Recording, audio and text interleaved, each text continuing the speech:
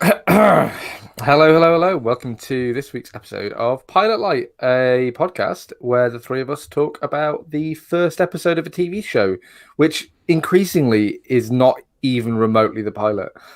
My name is David, and this week we watched Not Going Out. I forgot to do my funny bit. God damn it. Start again.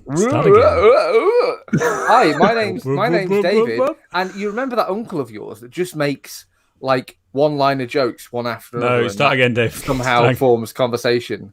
Just start holding again. Ugh. We're overlapping. Go.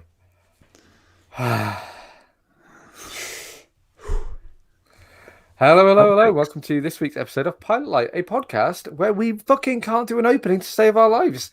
My name's David, and you know that uncle of yours that doesn't really like have conversations. He just says really like baseline like dad jokes over just in a string that somehow like he has adapted to form a conversation. Yeah, well, he's got a TV show now in 2006. It's called This. Hi, Lee Mac. My name's Sam, and oh Jesus! Sorry, I just fell asleep at the utter banality of this TV show. My name's Joe, and the first rule of Clown Club is you don't talk about Clown Club. That sounds like it'd be quite hard to say. Clown Club. The first rule about Clown Club. Clubbing clowns in Clown Club, yes. So this week, for reasons that remain a mystery to me, make me question the very foundation of having a podcast with two of your mates. We watched 2006's Lee Mack vehicle, Not Going Out. Disclaimer, if you are not British, obviously you've never heard of this. You've never heard of any of the people involved. And that's fine. We'll see you next week with something that's got any international appeal. No, listener, because what we're going to do is we're going to talk about this show. We're also going to talk about this type of show, this type of like BBC, ITV-ish, broad brush media and how that's changed and evolved over the last 20 or so years. So if you're not into this show, just like me, don't worry, we'll try and keep you entertained. Just like any of us, to be fair, I don't think any of us like this show particularly. Some hated it more than others, but to put us in some context, Sam, give us a plot summary and let's talk about maybe let's talk about a little bit about this show before we dive into defunding the BBC. Before we get once again turn incredibly right wing and reactionary. Left wing. He means left wing. I'm saying we turn right wing because we are left wing. Keep up, Dave. In this show, we get to see the mishaps of Slacker Lee, Lee's best mate Tim, and Lee's long-suffering landlady, and the love of Lee's life, Lucy, as well as Tim's well-meaning but dim-witted girlfriend Daisy. Wow, I said Lee a lot there. IMDb. That was not have you heard of Lee Mack? He's got a TV show. Did you know? He's called Lee. That's just like Jerry Seinfeld. It's hilarious. So this is one of those mid-2000s like BBC comedy. So BBC produced comedy, and it's a sitcom.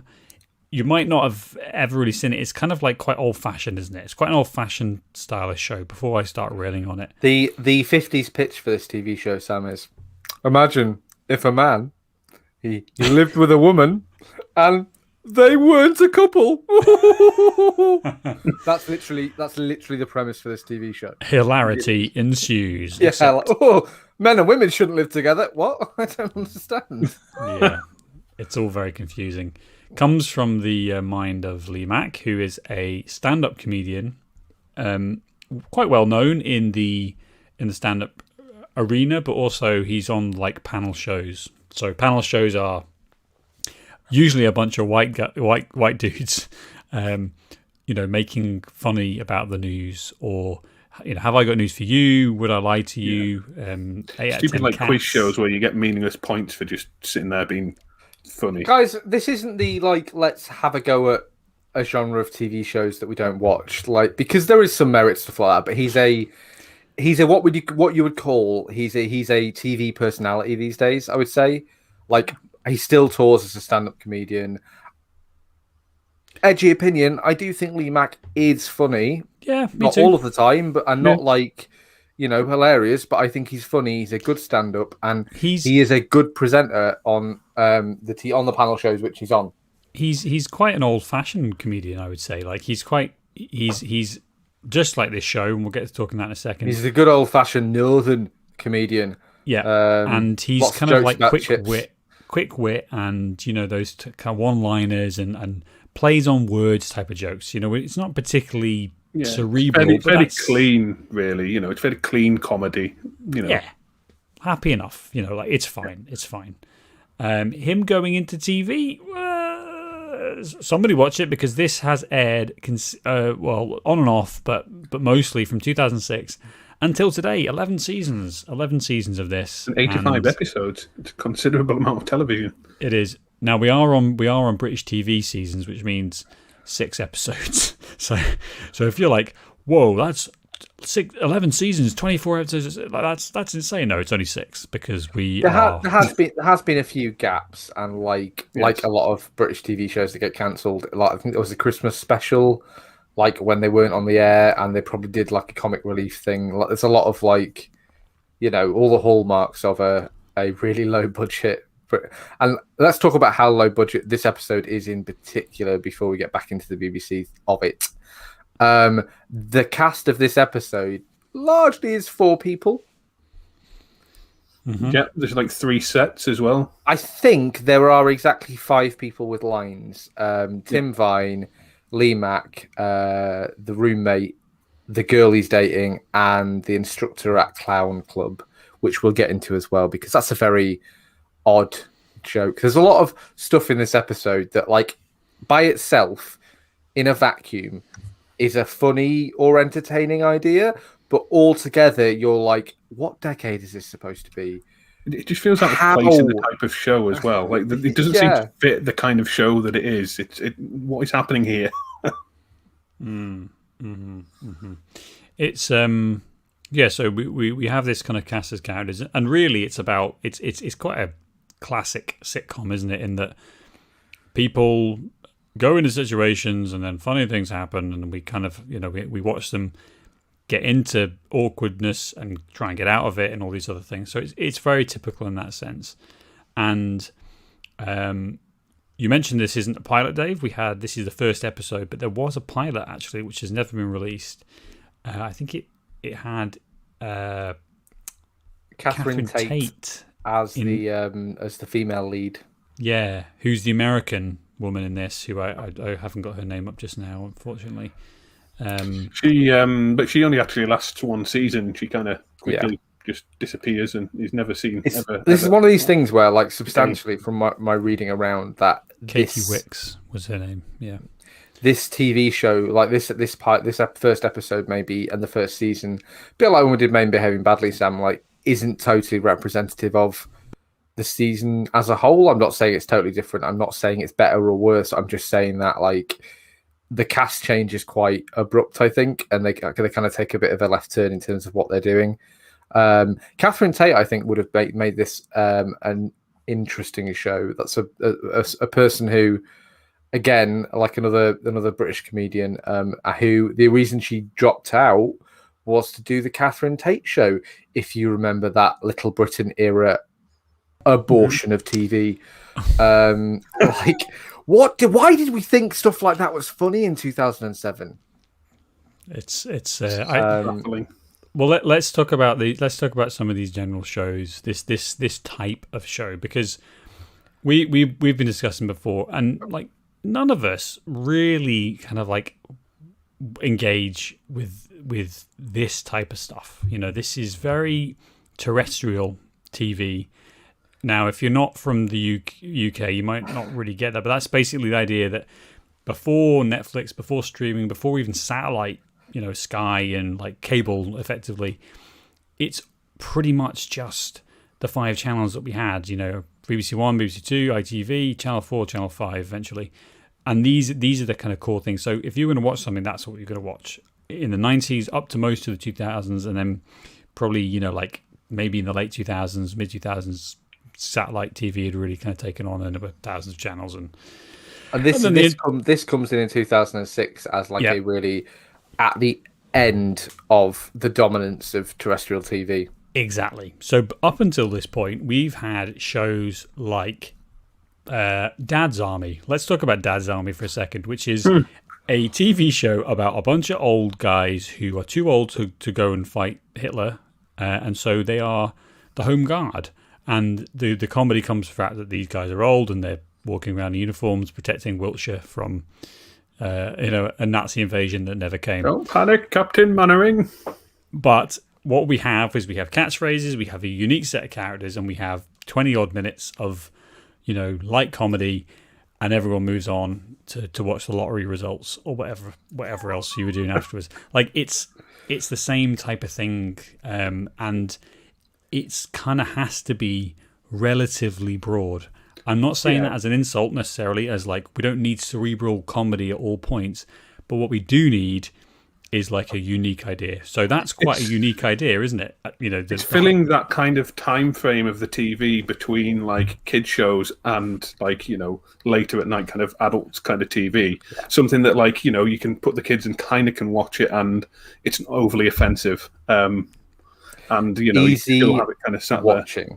There. This, I will say this TV show, like because of when it was made, I have the idea that we've talked about not going out is like, not beloved as such. It's fairly critically panned. It got cancelled several times, but the people who love it really love it.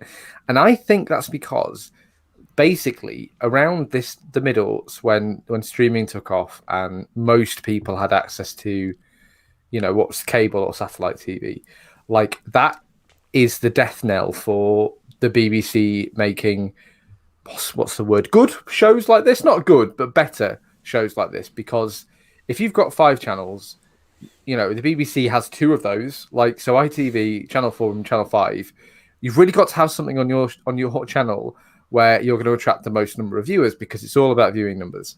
And so this TV show maybe wouldn't have passed muster in the 90s or in the 80s.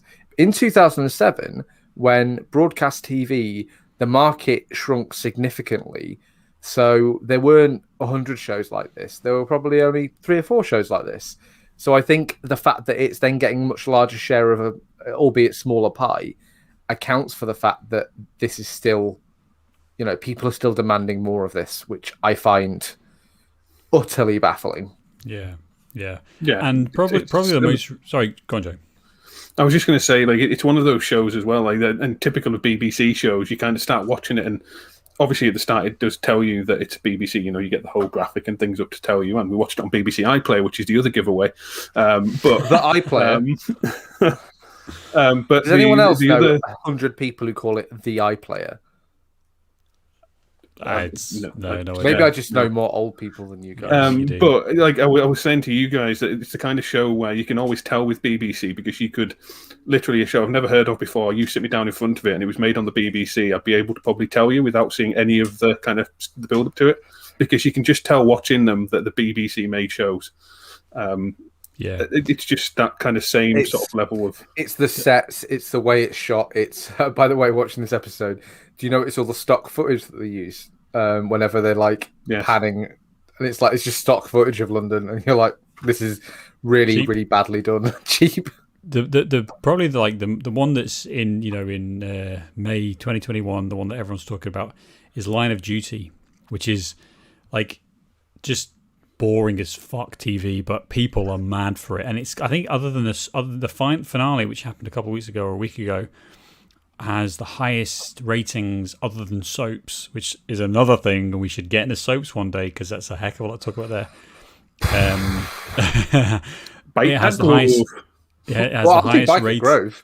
It has the highest ratings other than soaps for the last 20 years or something ridiculous. I don't even think it's the show finale for Line of Duty. I think it's just the season finale. I don't think it's actually necessarily finished. Yeah, I think my point is the conversation for that, but I think there's a vague it might be the end.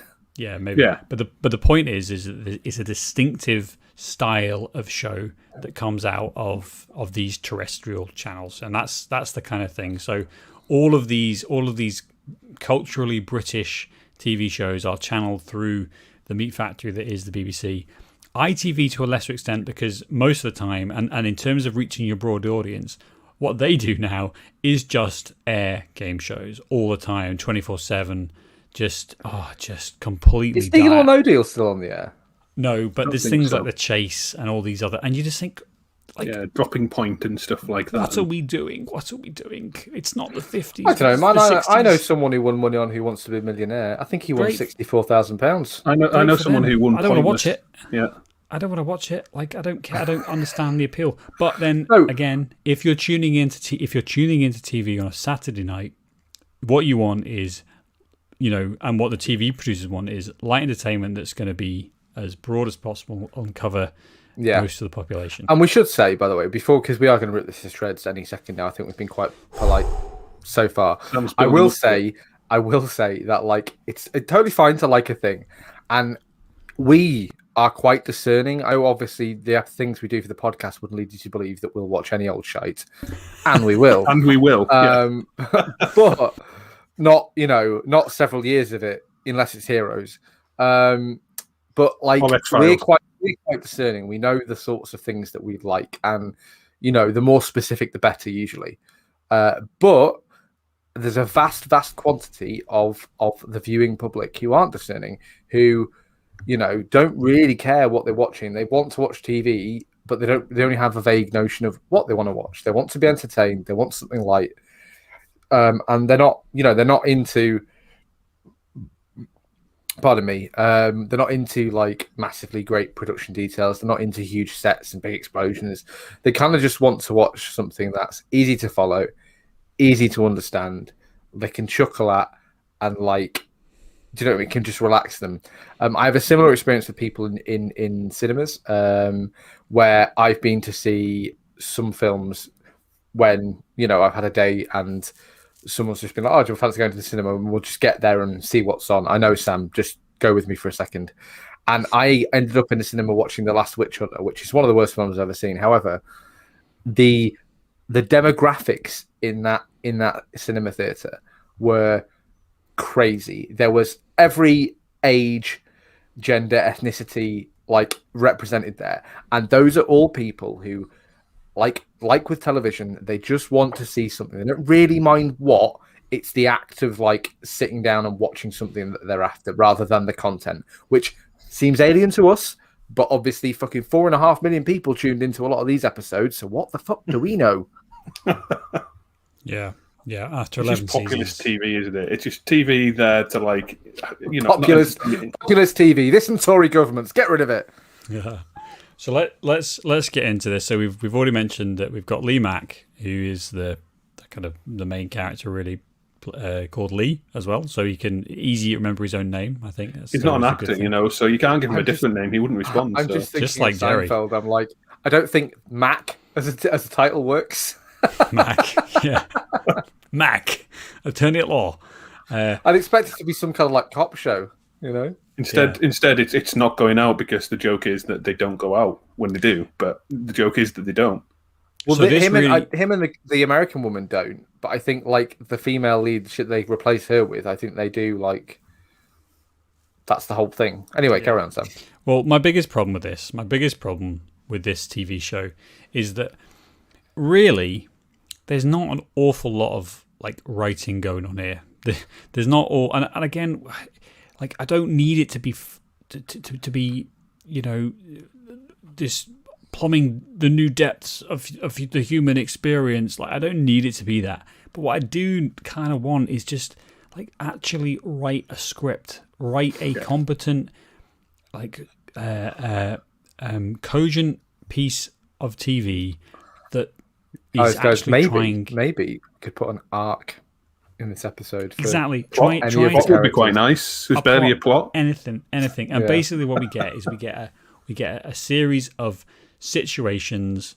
I know it's a sitcom, I know, but we get basically a series of scenelets even, where nothing really happens and everything is there to facilitate the characters giving each other one-liners. And I think it's the fundamental...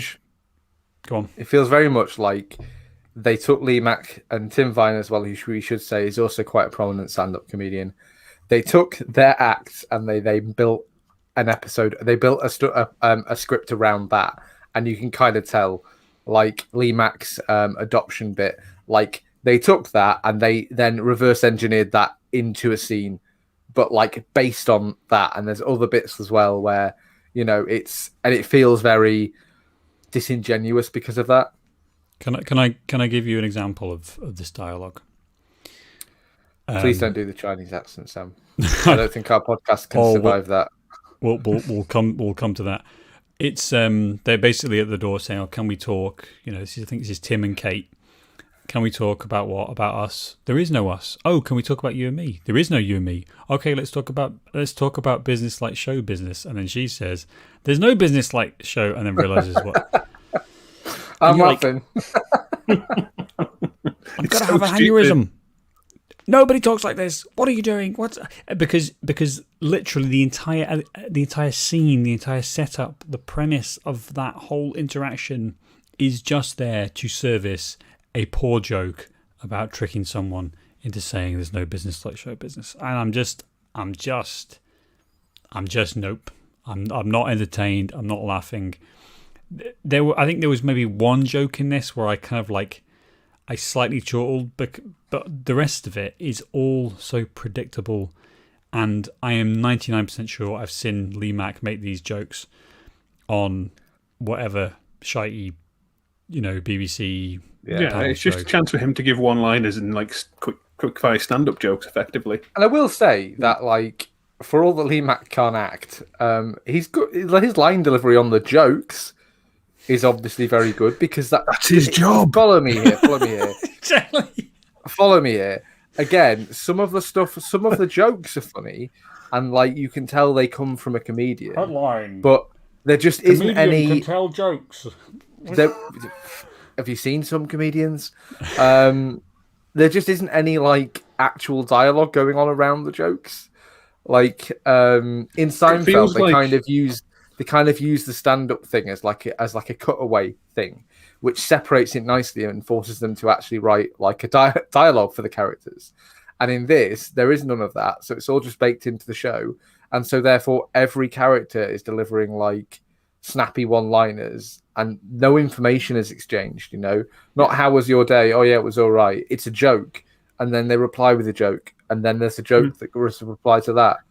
It feels like what happened was they wrote the joke and then built like the script and the thing around it instead of doing the actual episode and going, right, this is what's going to happen. This is the situation. And then going, right, I can make a joke about start hiring writers, please. Just like get them to give it a pass. Like, well, I have a problem in that there's no dialogue here. Oh, we hadn't really thought about that. What? You yeah, because it's written by Lee Mack. Andrew Collins, I think, as well, who was a writer, and I think he'd done some other stuff. So there is a writing staff on here, but really it's exactly as you say, Joe. It's centered around getting the punchlines out. Not to compare this to Seinfeld, one of the greatest sitcoms ever made, but I'm thinking about that first episode and when they're in the cafe. I'm like they're trying to get the attention of the waitress, but basically the joke isn't like what funny things is George going to say to Jerry. The joke is like the interaction that happens inside a cafe, inside a diner when you're trying to get a coffee, and it's much more observation based humor, whereas Lee Mack's humor is like dad joke based humor, and it's about recognizable truth. That's what observational humor is. That makes it so funny. That's what you can get away with. Pretty like crappy jokes. Who's Michael McIntyre? There's another one of those British comedians. Yeah. Now, I actually find him quite funny. Let's cancel Michael McIntyre. Hold on. I'm not a fan of Michael McIntyre because. Yes, get out of here with your Michael McIntyre love. Because he how much is he paying you? He's managed to find like the nugget of truth and then make that funny. So like the drawer, the man drawer thing. Oh, everyone's got this drawer just full of crap, and it's kind of true. Like you do have a place in your house where you just dump everything, batteries, tape measure. I rented real estate to keep all that stuff in. Yes, yeah. Some people have entire houses. I've got like 800 square feet to keep stuff like that. But it's recognizable as like a thing of like, oh yeah, I get it. Like I can, and if you find that funny or not, that's fine. But at least there's a truth. Whereas I don't recognize any of this. I don't recognize any of the situations that they're in, and maybe again that's a reflection on me. And it's quite content light though, Sam. I will say that's, and you are right. That's the drawback of this. That like, yes, some of the things the characters are saying are funny by themselves, but they don't make any effort to make the situation funny or to have any commentary. Now let's talk about the plot a bit because we're being very, very vague. Hold on. There's no situation. It's a comedy. Like there is no sit in the sitcom, and I think that there is. I'm not saying they carry it off. The situation in this situational comedy is that Lee Mack lives with this woman, rents a room from her, and they aren't sleeping together, and she used to sleep with his mate, and that's the situation. I think the situation. She's the ex-wife of. No, I don't think she's the ex-wife, Joe. Can you feel how much they're stretching it? How taut it is? It's going to burst at any moment. Hear me out here. So, like, we're led to, we're given some funny. I just did the quotes in the air for the podcast. We're given some funny sort of things. Lee Mack's a bit of a waster. He is. Apparently, it's somehow commercially viable for a cracker factory to send him crackers that he puts jokes and hats in, and somehow they can afford to ship all of that and pay him and then still make money on the front end. That's not a conversation for now, but the economics of fake jobs in TV is something I feel personally attacked by. And so that's set up as what he's doing. The flatmate, whose name is Kate. She works in publishing. That's not really a plot, but it gets us to point B. And she, maybe I missed the scene or I had a mini stroke. She's going to a clown club. Yeah, because she tries to get him to go to it. She's trying to get him to go to like various different clubs, and he says no because he's a miserable sod. And then so she's like, "Oh well, I'll sign up instead," and decides to go to clown club. Guys, do you remember in 1896 when clowns were really funny? Yeah, me neither. No. So, like, you have stuff going on, but none of it really. Yeah. It's all very inconsequential.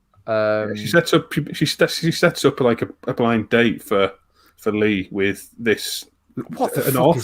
What the fuck is this doing in this episode? It's really weird. She set up a blind date with this author who and then there's this whole obviously it's hilarious because he's like this slob who writes cracker jokes, and she's like, oh no, she's too intelligent and intellectual for you. You'll find her dull and stuff, which inevitably, of course, he does. But I mean, and this is. Before we get to that main scene, I'll let you guys come in. Before I do the reveal, can we all just agree that this character Kate, and it's a writing problem, you, do not invite your slob of a roommate to go out with a client from work because she's in town and she doesn't know anyone. No way that ends well. Especially a published author. Number two, you've certainly read this woman's book. You know this man who lives with you. You fucking tell him the content of that book. You pre-warn him. Tell us, Joe, then. Tell us, what do they end up talking about? So, yeah, they're kind of having this date, and it turns out that, she used to be a prostitute based off the fact that her past life she was abused by her mother and her father and by some Santa Claus figure and by Father Christmas. Yes, and then she got pregnant and had an abortion, and then she was a drug addict. Sorry, and what? Then she was a drug addict. And this is all. It's 8:30 on a Saturday night. What? By some of the most egregious, canned laughter. No, it is a live studio audience, to be fair. It sounds like shit. It does. However, right. So let's just take a minute. So we've been talking about light Saturday night afternoon, Saturday night Saturday night TV. afternoon stuff. Yeah. Blah blah blah blah. We've been Up to this talking point, about it's been jokes about the fact that she's at Clown Club and has called herself Fufu or something like that. Clown That's Club. a clown name. That's a funny word. For vagina. people having a drink in a bar. All things that we can relate to. And then we get to this fucking crazy scene, and it goes on and on and on with basically Lee Mack just not connecting with this woman because she keeps talking about how she's been abused. I mean, literally, like, sexually abused, and in almost every way that you can imagine. And then they just keep, like, building upon this joke like it's the funniest thing in the world. Now, I'm not gonna be, I'm not gonna say that that you can't make jokes about uncomfortable, horrible situations. Like, I'm really not like a total. We mustn't joke. There's humour to be found in it, and the trick is, can you make it funny without, like, punching down? Because this is the problem. This is when this TV show turns from me into, like, fine, whatever, into, what the fuck are you doing? Because they just spend a good 10 minutes of this half an hour episode basically just punching down on this woman because she has been abused. And so what she's written about is the fact that she's been abused, and she's externalized that, which they think is the smartest word in the entire world in this episode, into the book. And then she's having, like, a serious conversation, and Lee Mack, because he's a fucking moron, doesn't understand. So fine, that's fine. But let's not make the woman who's trying to express herself, who's trying to talk about all this horrible experience, let's not make her the butt of the joke. Let's make the fact that Lee Mack is a total idiot. That's the funny thing. That's what makes it funny, is that this guy is not able to even comprehend what this woman is talking about and what she's experienced. Again, I'm not saying you need to be entirely precious about it, but you need to, like, give us something. Give us something that isn't just taking the piss out of this woman's sexual abuse. Like, I just think it's just not funny. And never mind the fact that it's offensive. It's just not funny. It comes out of nowhere, and like I said, Lee Mack doesn't respond to it. He's like, that's a weird thing to say. Like, not, oh my god, that's horrible. Weird. Which is weird to bring that up on a first date. But there's other jokes there. There's other jokes there than that, Yeah. And then the plot kind of meanders from there. We have a lot of jokes about Tim Vine having cheated on Kate with a floozy half his age. And again, I think the script has a looser understanding of how old everyone in this TV show is in 2006, which is like, oh, this woman's 25 years old and she's half of Tim Vine's age when he's in his late 30s. Carry the noodle, and it's fine. You're in prison.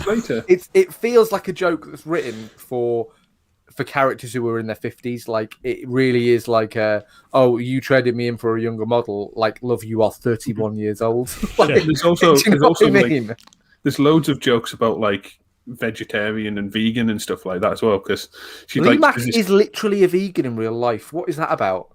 I don't know, like, but why is he making jokes about vegetarians? He's in the flat, and Kate, the roommate, has made it. There's a cake sat on the couch. He's there to, like, eat it, and she's like, "Oh, it's like something wheatgrass and something cake," and he's like, "Okay," like, that's what she's. "Oh, I made it," and, like, throws it straight in the bin, and then, like, later on when Tim comes round to try and apologize for, like, cheating on Kate when they were together. She's made sort of like, another vegan food meal, and he's sort of like, "Oh, I miss you," like, tries to eat it, and he's like, basically throws up. And I took that more as like a classic "she can't cook" joke than you are right. There are some like, vegan jokes here, but before she, like, puts the food out, he asks her what she's having, and she mentions, like, tofu and something, and he's just like, he pulls a face and stuff like that. And because it's 2006 and vegetarianism is hilarious. Pre-financial crash, baby. Yeah. And then it kind of just meanders, and it starts getting funny again, or like tries to be funny again with the whole date thing, because just to kind of prove his roommate Kate wrong, he asks her on a second and then third date, and the third date is a double date between them and Tim and Kate, and yeah, we're not watching that. So in this student union, by the way, I think this is the cheapest looking set I've ever seen in my entire life. Yeah. It literally looks like the bar we had on campus at uni.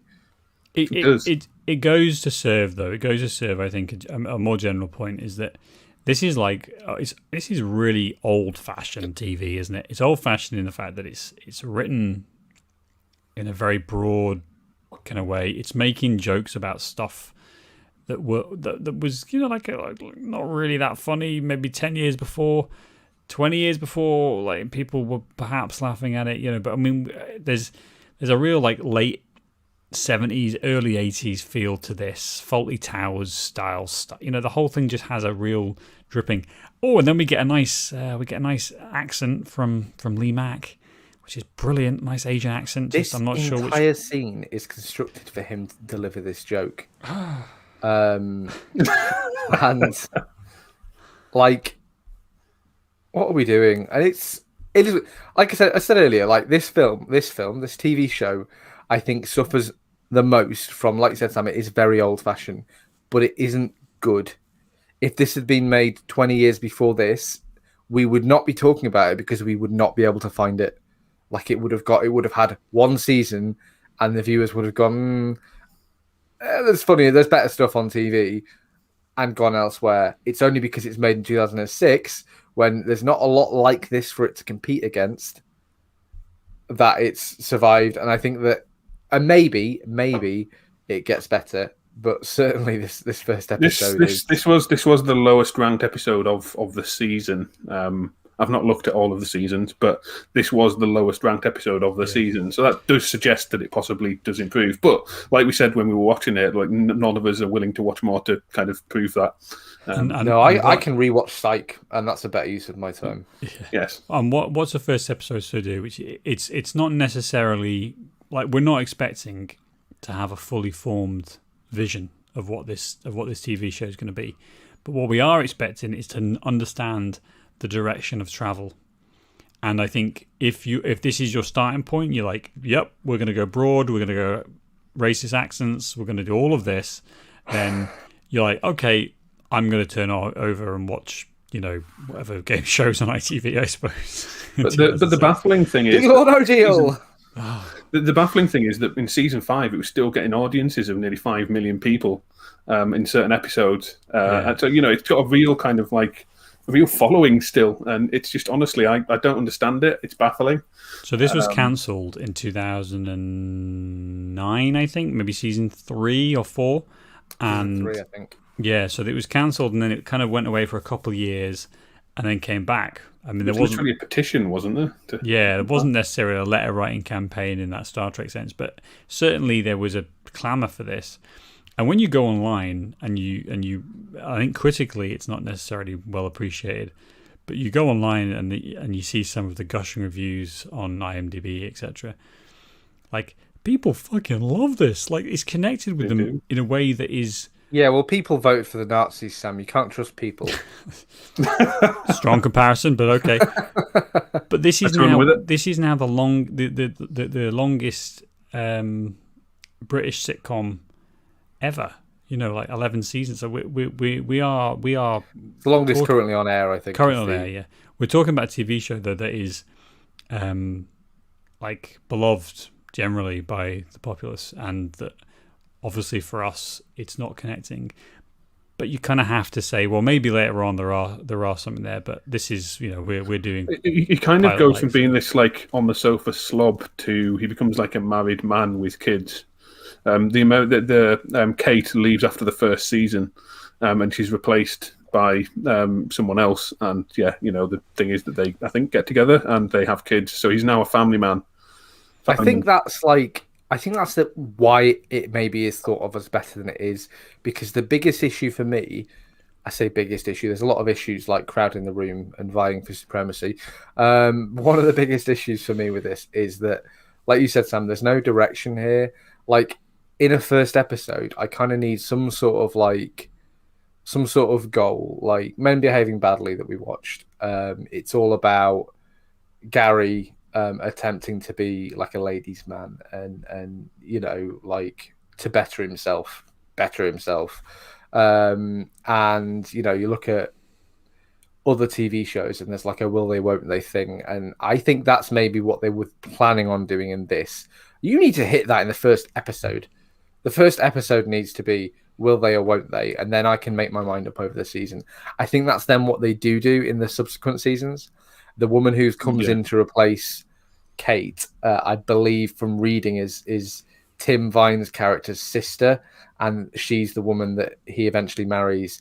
You do an odd face, Sam, but I'm just by Sally, what my Sally research Burton says, and I think that like having that where he's desperately in love with her or whatever, and like we can follow that.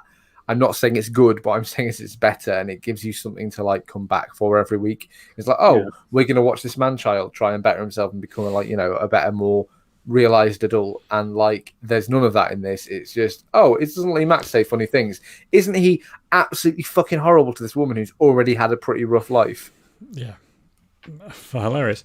The even Lee Mack has said that he doesn't really understand. Well, what did he say? He doesn't know who watches this and he doesn't care because presumably he's making enough money and he's got a creative outlet. I think his thoughts are like, he said basically when asked like, well, the show's changed quite a lot since it was first, made.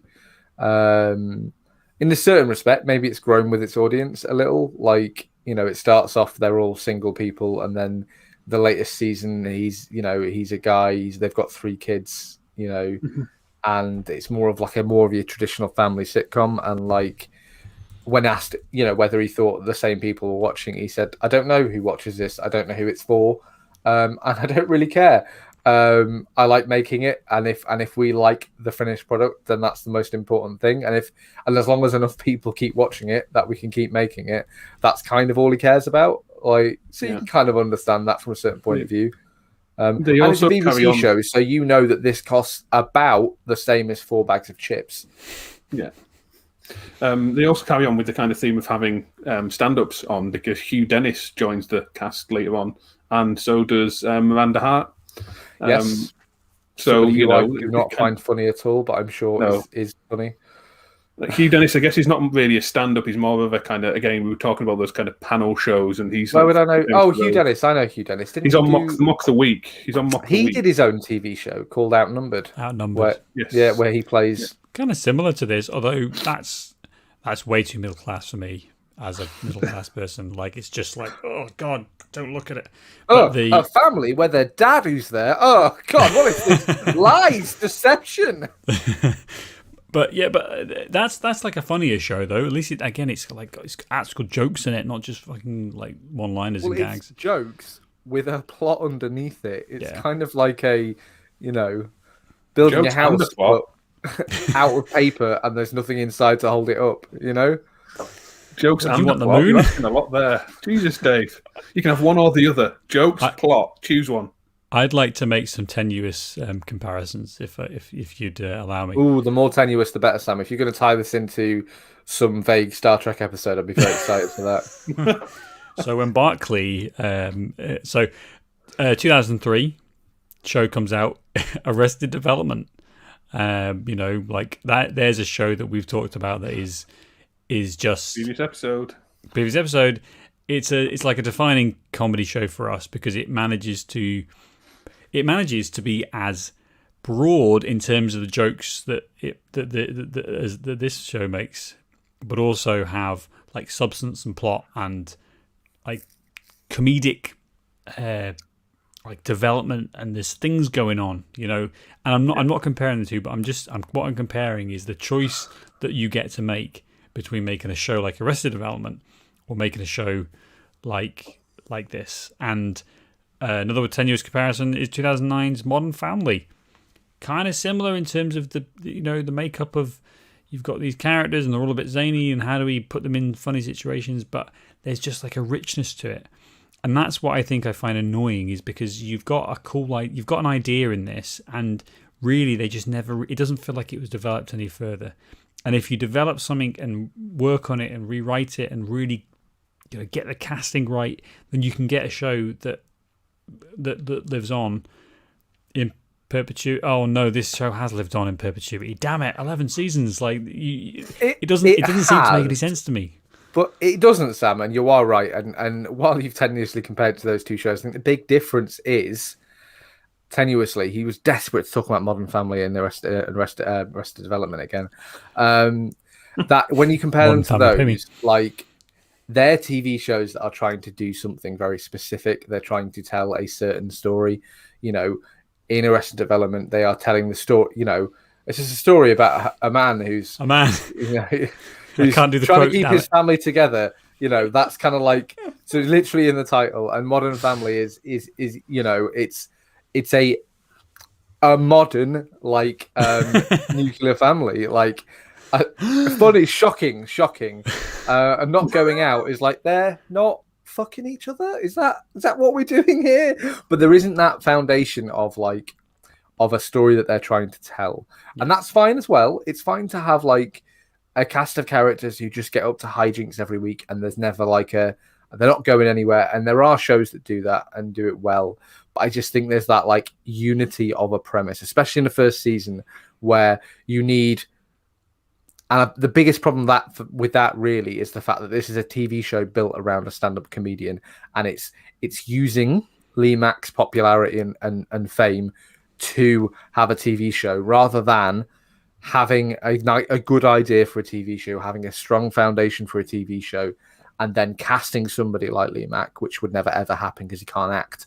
But like it's trying to sort of. I'm trying to think of another example, but the sorts of shows these are the sorts of shows that are like, you know, look at this really famous person and this is his TV show where he plays himself.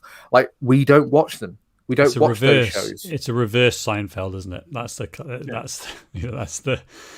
type of thing that's going on here. So, well, you know what? If you're listening to this and you love not going out, like that's fine. That's fine. That's up to you. You know, I think that there's a demographic that this serves, and in the mid 2000s, you know, Google Mondeo Man. It definitely if I could, go and Google. Hold on. Go and Google Mondeo Man, because that's a thing, and I think this is a perfect Mondeo Man show that people will love if you drive a Mondeo in 2006. Well, I would like to end on my favourite review I saw for this on Google from last year, so presumably about the most recent season. Really? 5-star review. Okay. Jane Ball. Hi, Jane Ball. I am a lady. I went holiday. My car was on fire. I missed show last week. Would you go back then tonight in Wales newspaper? And Bobby dies in real life. Why he there? 2 people found this review helpful. I just that's just something on the internet that really made me smile. That's amazing. So he's referencing Bobby Ball, I think, he's a comedian, isn't he? Yeah. And I think he comes into this later on. He comes in. He plays Lee Mack's dad, and then I think he died last year from coronavirus, actually, which is quite bleak. It'll get you. Yeah, so I think they maybe he maybe filmed his part and then obviously sadly passed away. So that's probably what that person's referencing. But yeah, I mean the internet's a wild place, so that's probably the tamest thing that we'll find the next. Do you know what it struck me is like it was funny, it was totally harmless, it wasn't making fun of people who've been abused, which I liked. And 2 people found it helpful. You know, 2 people out there. Those 2 people are happier for that review. So you know, I'm happier for that review. It's really like the golden lining of this sitcom, which I did not enjoy. I'm happier, gentlemen, to stop talking about this TV show. And yes, absolutely.